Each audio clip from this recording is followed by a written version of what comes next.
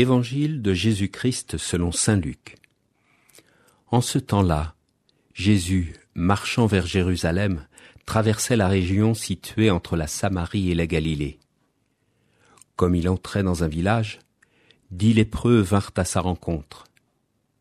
Ils s'arrêtèrent à distance et lui crièrent : « Jésus, Maître, prends pitié de nous. » À cette vue, Jésus leur dit : « Allez vous montrer aux prêtres. » En cours de route, ils furent purifiés. L'un d'eux, voyant qu'il était guéri, revint sur ses pas en glorifiant Dieu à pleine voix. Il se jeta face contre terre aux pieds de Jésus en lui rendant grâce. Or c'était un Samaritain. Alors Jésus prit la parole en disant : « Tous les 10 n'ont-ils pas été purifiés ? Les 9 autres, où sont-ils ?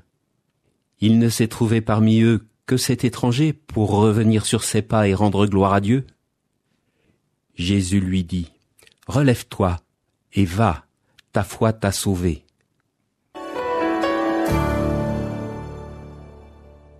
Jésus marche vers Jérusalem, lieu de sa pleine révélation par sa mort et sa résurrection, le lieu d'où partiront les pèlerins d'Emmaüs pour une pleine reconnaissance. Pour le moment, il marche vers sa ville, rencontrant le monde tel qu'il est, la Samarie, la Galilée, ceux qui sont en bonne santé et les malades, ceux qui sont pleinement de la société et ceux qui en sont exclus, comme ces 10 lépreux qui, lorsqu'ils vont à la rencontre, s'arrêtent toujours à bonne distance.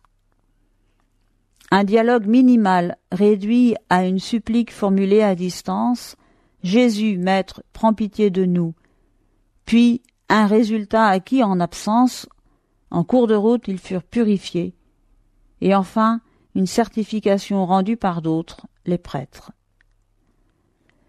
Le récit nous dit qu'un seul revient sur ses pas et chante louange à pleine voix. Une proximité physique est renouvelée, face contre terre aux pieds de Jésus.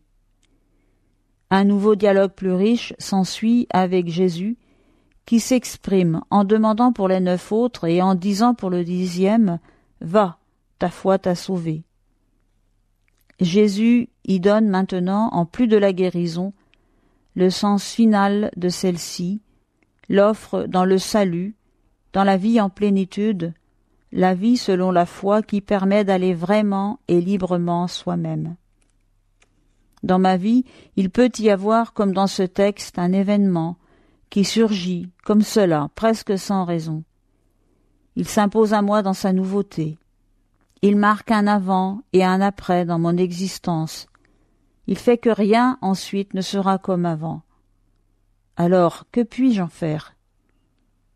Il y a à en trouver le sens véritable pour entrer dans la louange.